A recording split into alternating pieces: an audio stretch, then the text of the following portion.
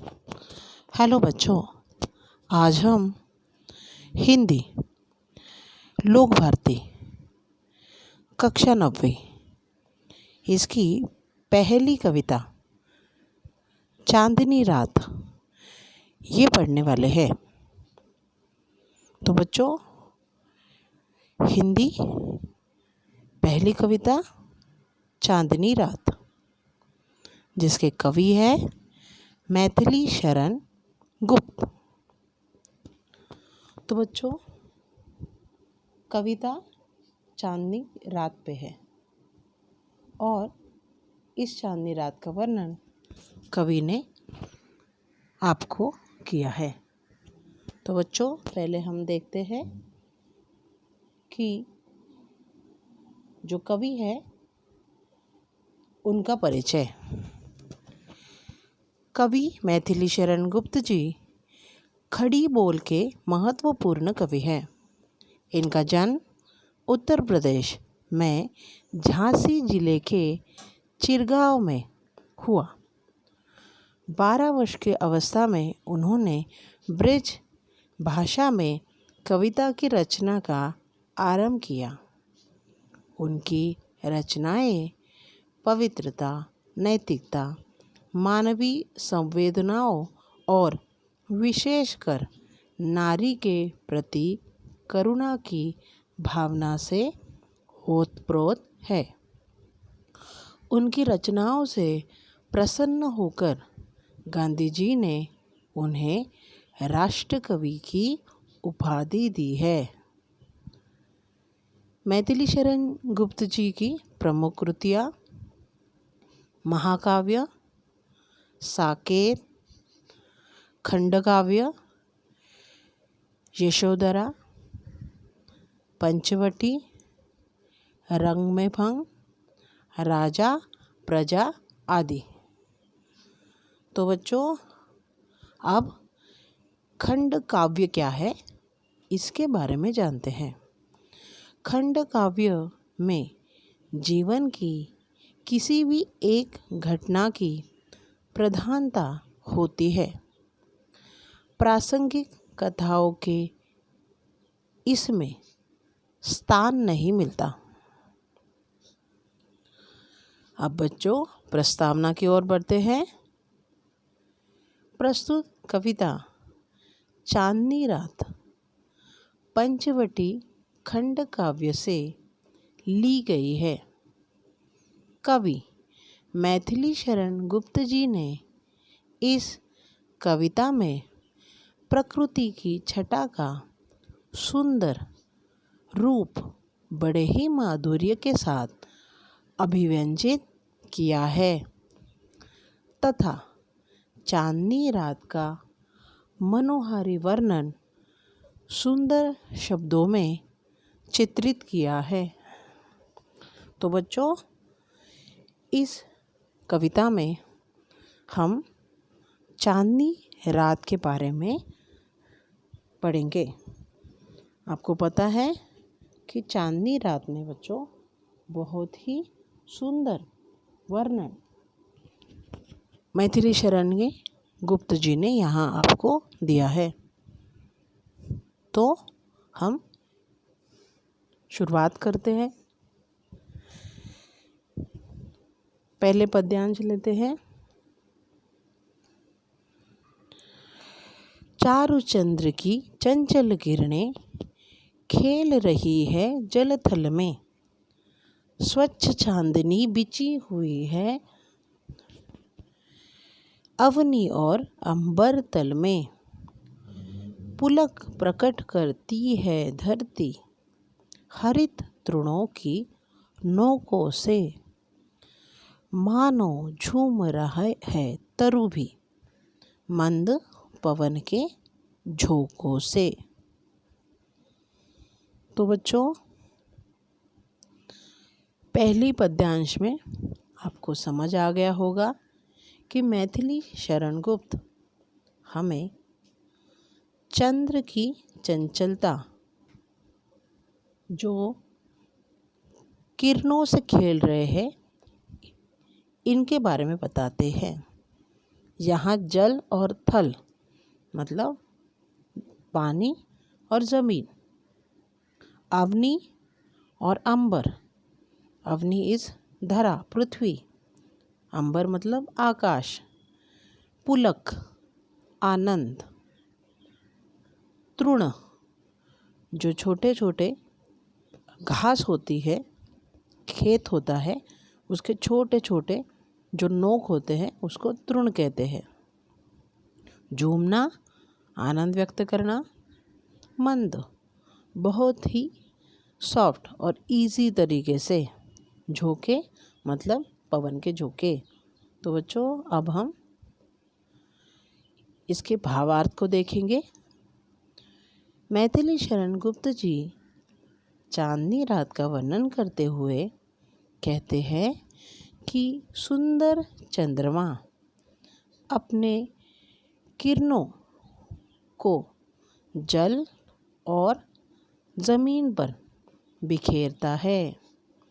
बच्चों कितना सुंदर वर्णन है, देखिए कि चंद्र अपना प्रकाश, अपनी चांदनी को जल और धरती पर एक ही साथ फैलाता है और उसी वक्त संपूर्ण पृथ्वी तथा आकाश स्वच्छ चांदनी से पूरी तरह से ढक जाती है।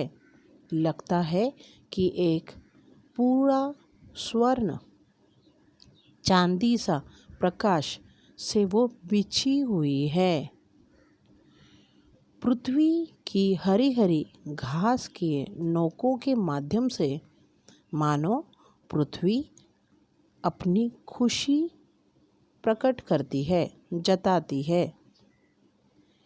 ऐसा लगता है, प्रतीत होना, ऐसा लगता है मानो वृक्ष भी मंद मंद वायु के झोंकों से झूम रहे हैं। मतलब बच्चों जो दूसरी पंक्ति है उस पंक्ति में भी आपको यह दिया गया है कि किस तरह से पृथ्वी खुश होती है, कैसे वो आपसे बातचीत करते हैं। बच्चों प्रकृति का आनंद आप जब लेते हैं तो वो बहुत ही शुद्ध और पूर्ण होता है। उसमें कोई भी जैसे हम जिसे कहेंगे कि कोई भी यांत्रिक स्वरूप का वो आनंद नहीं होता है। तो बच्चों हमें इस प्रकृति का आनंद चाहे दिन हो चाहे रात इनमें लेना चाहिए। आगे बढ़ते हैं पद्यांश 2 की तरफ। क्या ही स्वच्छ चांदनी है, क्या ही निस्तब्ध निशा है, स्वच्छंद सुमंद गंध, वह निरानंद है कौन दिशा। बंद नहीं अब भी चलते हैं नियति नटी के कार्यकलाप, पर कितने एकांत भाव से, कितने शांत और चुपचाप। कवि मैथिली शरण गुप्त हमें दूसरी पंक्ति में बताते हैं कि पंचवटी यानी जो 5 वृक्षों से बना हुआ जंगल है उसे कहते हैं। इसमें दूर दूर तक चांदनी फैली हुई है। यहाँ निस्तब्ध मतलब जो एक ही जगह स्तब्ध है, स्टडी है वो। स्वच्छंद जो अपने मन मर्जी से काम करता है उसे स्वच्छंद कहते हैं। सुमंद गंध बहुत ही प्यारी सी गंध। निरानंद जिसको आनंद भरपूर मिला है उसे कहेंगे निरानंद। नियति, बच्चों हम जिसे भाग्य कहते हैं वो है नियति। कार्यकलाप, जो भी कार्य है और उसका आवाज़। एकांत भाव, बहुत ही धीरे धीरे करने वाला काम। तो जब दूर दूर तक ये चांदनी फैलती है तो अंधेरा होते हुए भी बच्चों बहुत साफ दिखाई देता है। रात सन्नाटे से भरी है, कोई शब्द नहीं कहीं से भी आ रहा है, लेकिन इस धरती पर उस वक्त वायु, हवा स्वच्छंद होकर अपनी स्वतंत्र चाल से मंद मंद बह रही है। इस समय कौन सी दिशा है जो आनंद नहीं ले रही है? बच्चों आपको पता है 4 और उससे भी आगे 8 दिशा होती है, जैसे पूरब, पश्चिम, दक्षिण, उत्तर। ये सभी दिशा इस जो पवन है सुमधुर गंध से भरी हुई उनका आनंद लेती है, और ये दिशा सौंदर्य से बहुत ही खुशी प्रकट करती है। और इस वक्त ऐसा कोई भी नहीं है जो आनंद शून्य है। यहाँ उदाहरण लेते हुए कवि कहते हैं कि नियति नामक जो एक प्रकृति है उसमें समस्त कार्य धीरे धीरे संपन्न हो रहे हैं। जैसे रात है, लोग सोए हुए हैं, कोई कार्य नहीं चल रहा है, सारे रास्ते निर्मनुष्य है, और फिर भी अकेले अकेले चुपचाप धरती पर अपने अपने कार्य या फिर कर्तव्य है वह किए जा रहे हैं। अर्थात बच्चों जब रात है तो हम सोते हैं, लेकिन क्या आपको लगता है कि वृक्ष सोते हैं, चांदनी रात सोती है, या फिर कोई भी निसर्ग का हर एक छोटे छोटे जैसे छोटे जीव हो, ये सब कुछ अपना कार्य करते हैं। तो यहाँ वो कार्य बताने के लिए कवि हमें इस पद्यांश में अवगत कराते हैं कि रात होते ही इस कार्य को आगे जाने के लिए प्रकृति अपना साथ, हवा, वृक्ष इनके साथ देती है। बच्चों पद्यांश 3 की ओर बढ़ते हैं।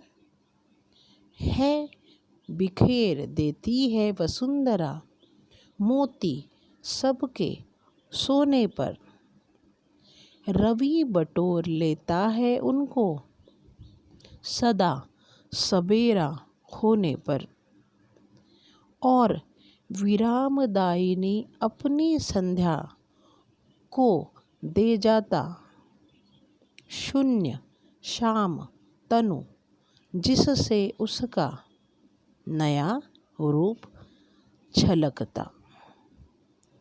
तो बच्चों मैथिली शरण गुप्त यहाँ हमें संध्या के बारे में बताते हैं। बिखेरना, हर ओर जो मोती है वो बिखेर देना, फैलाना।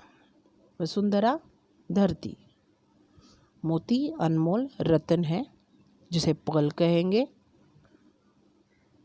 सोना एक धातु है, हम सब उसे चाहते हैं। रवि सूर्य का दूसरा नाम होता है। बटोरना, इकट्ठा करना जिसे हम कहेंगे। विराम दायिनी, जो आराम करती है, विराम करती है, विश्राम करती है। संध्या मतलब शाम। तनु, शरीर छलकना, दिखाना। तो मैथिली शरण गुप्त इस पद्यांश में चांदनी रात में पृथ्वी किस तरह से शाम से लेके दूसरे दिन के सुबह तक अपना रूप कैसे बदलती है, यह बहुत ही सुंदर शब्दों में उन्होंने बताया है। जब चांदनी रात की शुरुआत होती है तो हमेशा ओस के रूप में रात में मोती बिखेर रात देती है। मोती यहाँ ओस को कहा है, जिसको हम मराठी में दव कहेंगे और इंग्लिश में ड्यू ड्रॉप कहेंगे। तो यह शुरुआत कब होती है? जब सूर्य धीरे धीरे संध्या की ओर बढ़ता है और रात शुरू होती है। तो जैसे ही रात ख़त्म होने को है, तब बच्चों ओस पड़ने लगती है। और इसी को मोती कैसे बना देती है? जब सूर्य अपनी प्रकाश को फैलाएगा तो वह ओस का रूप या वो जो ड्यू ड्रॉप है वो चमकते हैं। तो बच्चों वो कैसे दिखेंगे? मोतियों के जैसे। और इसी को कहते हैं कि सूर्य हमेशा सुबह होने पर मोतियों के किरणों से उन्हें बटोर लेता है। मतलब जैसे ही सूरज उगेगा, जो मोती है वो सूख जाएंगे, ड्यू ड्रॉप है वो उसके किरणों से सूख जाएंगे, तब उनका अस्त होता है, वो नहीं रहते हैं। और इसी तरह से जिसने आराम प्रदान किया है, जिसने विश्राम प्रदान किया है, ऐसे शाम को वह आराम देकर रात धीरे धीरे बढ़ने लगती है। तो बच्चों ये आकाश अपना सांवला सा शरीर, सांवला शरीर इसलिए कहा है कि बच्चों पहले आकाश जो है वो नीला मतलब सफ़ेद है, और बाद में वही आकाश कैसे बनता है? काला बनता है। वह अपना नया रूप छलकाता है। मतलब एक ही दिन में बच्चों आप आकाश के दो रूप देख सकते हैं। सुबह उसका रूप अलग है और शाम में उसका रूप अलग है।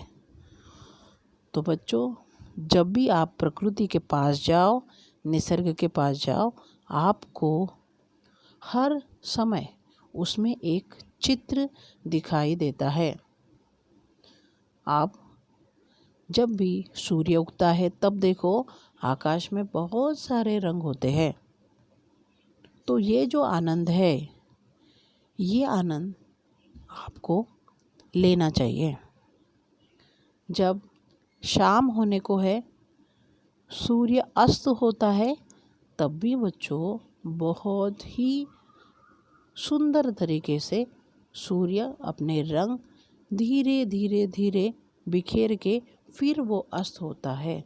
तो यह भी बहुत ही लुभावना चित्र है। और यह देख के हमें आनंद नहीं होता तो क्या हम मनुष्य ऐसे हो गए हैं जो अभी यंत्रवत है?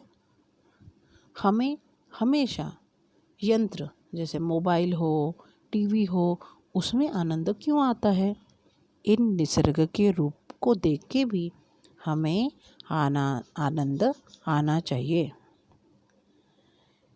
तो बच्चों आगे चलते हैं। पद्यांश 4। पंचवटी की छाया में है सुंदर पर्ण कुटीर बना, उसके सम्मुख स्वच्छ शिला पर धीर वीर नार्भीक मना। जगा जाग रहा है कौन धनुर्धर, जबकि भुवन भर सोता है। भोगी कुसुमायुध योगी सा, बना दृष्टिगत होता है। यहाँ जो पर्ण है वह जो हमारे लीव्स है, पान पत्ता जो है उसे कहा गया है। कुटीर मतलब छोटी सी झोपड़ी। सम्मुख एकदम सामने। नार्भीक जो भयभीत नहीं होता, निडर। धनुर्धर जो बाण चलाते हैं। भोगी जिसको बहुत ज़्यादा अनेक विषय में आनंद मिलता है, वो भोगी। कुसुमायुध, यहाँ कुसुमायुध उसे कहा गया है जो धनुर्धारी है और ऐसे व्यक्ति जो अपने जीवन में भोगी होने के बावजूद भी योगी बनते हैं। दृष्टिगत दिखना। तो बच्चों हम पद्यांश का भावार्थ देखते हैं। कवि कहते हैं कि पंचवटी का जो धनी है वो एक घने पत्तों से सुंदर कुटिया उसने बनाई है। मतलब बच्चों आप निसर्ग में आप जो प्रकृति है उसमें हर जगह छोटे छोटे घोंसले देख सकते हैं। आपको पता है बच्चों, जंगल ही प्राणी मात्र पशु पक्षी इनका घर है। इस कुटिया के सामने स्वच्छ तथा विशाल पत्थर पड़े हुए हैं और इसी पत्थर पर एक धैर्यशाली निर्भय मतवाला पुरुष बैठा हुआ है जो धनुर्धारी है। और इस समय यह ऐसा कौन है जो जाग रहा है जबकि सारी दुनिया सोती है। यह ऐसा वीर दिखाई पड़ता है जो जिसको कहते हैं हम भोग प्रेम यह करने वाला कामदेव है। लेकिन रात में आप कुछ भी कार्य कीजिए, सुबह होते होते वह योगी बन जाता है। मतलब बच्चों कवि यह कहने की कोशिश कर रहे हैं कि पृथ्वी जिस तरह से सुबह का रूप लेती है तब कितना भी असीम पराक्रमी हो या एक सामान्य पुरुष, जैसे जैसे संध्या और रात बीतती है बाकी सब कार्यों को छोड़कर सिर्फ और सिर्फ अच्छा कार्य जैसे योगी करते हैं, संत पुरुष करते हैं, ऐसे कार्य करने की हम सोचते हैं और ऐसे ही कार्य हमें सोचने पड़ते हैं। तो बच्चों यहाँ आपने देखा मैथिली शरण गुप्त जी ने हमें यह संदेश दिया है कि बच्चों ये जो चांदनी रात है वो किस तरह से अपने रूप अलग अलग बिखेर देती है और यह कार्य भी करती है लेकिन बहुत ही शांत तरीके से। जबकि हम सोए हुए हैं, हम निद्रा में हैं, हमें पता भी नहीं है कि निसर्ग में इतने कार्य चल रहे हैं। और कवि ने एक एक सुंदर जो भी वर्णन किया है वो अपनी आँखों के सामने आ जाता है। बहुत ही कम समय हम रात को इस प्रकृति का आनंद ले पाते हैं, लेकिन कवि ने इस सारे आनंद को इस कविता में बद्ध किया है। तो हमें आश्चर्य एवं आनंद दोनों भी होते हैं कि क्या इतने सब कार्य रात में होते हैं। और इसी की ओर अपना ध्यान व्यक्त करते हुए कवि हमें कहते हैं कि हाँ बच्चों, ये सब कार्य उस चांदनी रात में होते हैं, जिस चांदनी रात में चंद्र, चांदनी, वसुंधरा, नदी, ज़मीन, जो भी है, वृक्ष, ओस, ये सारे उस कार्य में, एक घना जंगल, ये सारे उस कार्य में एक साथ काम करते हैं और वह खुद कम निद्रा में जाते हैं, लेकिन प्राणी मात्र को निद्रा से नहीं उठाते। तो बच्चों, यह रात का सौंदर्य कभी आपको देखने को मिल जाए तो ज़रूर उसका आनंद ले लेना। नमस्कार।